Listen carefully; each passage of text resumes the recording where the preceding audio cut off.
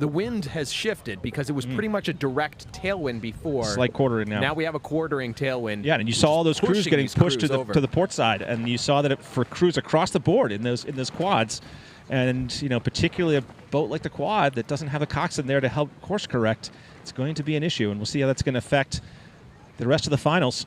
So, I mean, if I were a coach talking to these crews, just make them aware of what they're going to be facing in these conditions, and again, try and have them relax their shoulders in this. I mean, that's one of the things. I mean, just as you get this kind of wind as you're controlling your blade's being moved all around on the recovery, and you're stressful. Obviously, you're in the finals, and that tenses up your shoulders, tenses up your hands, and it just makes a crab more difficult. It makes getting into the water more difficult, getting really good connection. These conditions are going to be challenging if this wind doesn't come down a bit. Word of advice to all the coxswains and all the rowers who are tow steering: aim to starboard. Yeah, exactly. Slight starboard. Wind is going to push you to port. All right. But it's constantly changing. Boys junior quads. All right, this Ridgewood crew, I'm kind of curious what they're going to do. From what I recall, they were fast. They won heat 1, but Bellin won heat 2 with a time of 7 seconds faster. Oh, wow. Oh, there you go, Bellin. Woo. Well, also, Albemarle in lane 2 won heat 3 with a time 2 seconds off of Bellin.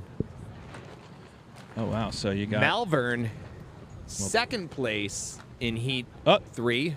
You got Malvern stopped for some reason on that. I don't know what happened with Malvern. Jump slide or something there. Yeah, something happened there, and they just lost about a half a length, which is too bad because they had a great start next to Bellin, and Bellin looking very strong coming out of the blocks here. Look at how crisp they are, how strong they are in the drive phase. They are not being phased by these conditions one bit. They are keeping a good, steady course. You can see Bellin's got even like a slight tilt to starboard, just trying to keep them straight, and it is really working for them. You've got these other crews across the board. Albemarle was very, very fast yesterday, and they are surging now, pulling into Bellin. So is Ridgewood. I mean, Ridgewood's making a move here too. I mean, I think all those crews right there in the center are seeing if they can challenge Bellin. And Bellin really making a statement here in the beginning as they settle into their rhythm. Look at how beautifully they're rowing.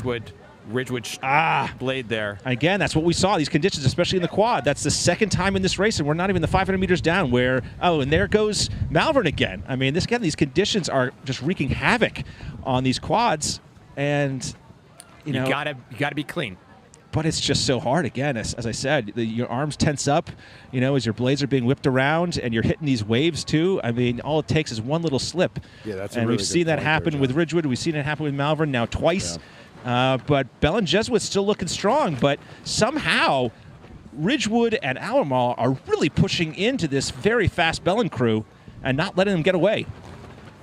Yeah, Bellin's in the lead, but not a comfortable one, right? Not at all. And everybody, even a very clean and crisp crew like Bellin, seeing some sticky strokes here. Oh, yeah. No, you can just see the waves there Ridgewood with this taking tailwind. A surge, though. Ridgewood locking in, trying to move. We spoke with the Ridgewood coach this morning, and these guys are ready. Yeah, they are. Here we go. And again, what clean racing, but you see Bellin being pushed a little bit to their port, as we've seen a lot of these crews doing. And so they've got to be careful about that. But they're finding a good rhythm, and they're fighting here. They know it's not clean. They know it's not going to be nice and easy. It's just a dogfight through the middle of this race. But here's what I like about Bellin. Look at the way they're finishing their strokes. That powerful send, shoulders to bow, holding onto the water, doing their very best to make sure they are creating a circumstance where they can get out clean. Oh, they're looking great. They're looking great here. Big send from those boys. And they've really responded, because there you had Ridgewood and Albemarle were pushing into Bellin, and Bellin just pushed back through this middle 500. And now, approaching this final 500, it's kind of curious, what's going to happen, as we said in the last race. Moving. Look at that move from Albemarle right there. Right. They are now even with Bellin. Well, maybe not 500 to go. I think they're getting there. Maybe in second. All Anybody's right. guess for second here. Yeah. Oh, boy, Jesus. But this is where these conditions just make sprinting really hard. We saw it in the last race, and whoa, look at some little directional problems there for Albemarle, little steering problems. They're trying to get it back. Not a great place to have steering problems, but here we go. All three crews battling it out here to see who's getting gold, who's getting silver, who's getting bronze. Right now, it's anybody's race with still 350 meters to go. But also, they're getting tired. They're getting tired. There's steering issues here. You know, how do you make sure you hold onto the blades, get good connection there, just trying to do your best. Here it comes. The conditions are really wreaking havoc on Albemarle, unfortunately, for that crew.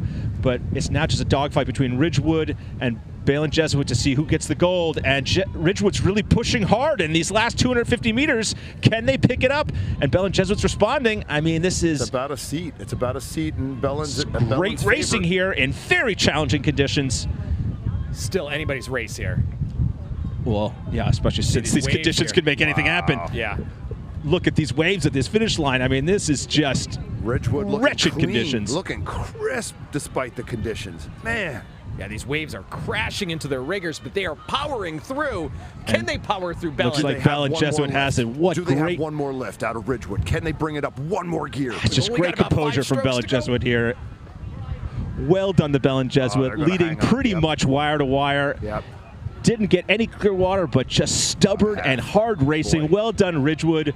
Well done, Albemarle. All the crews here. Things could have gotten real squirrely there for Albemarle. Literally, their two-seat lost his port skull at about 300 meters and was able to get it back. Hang on there. These types of races are always frustrating though as a rower, because you finish the race and you're like, it wasn't clean. You're like, oh, it wasn't my best. You get mad at yourself, being like, oh, I wish I could have rowed better. But that's just the reality of rowing in these conditions. Like, it's not going to be, it's not going to be pretty. No, it's not going to be what you want. You know, you're going to have the wrong muscles be a little bit sore. You know, and but hey, it's just about gutting it out, particularly as you come into those last 500 meters.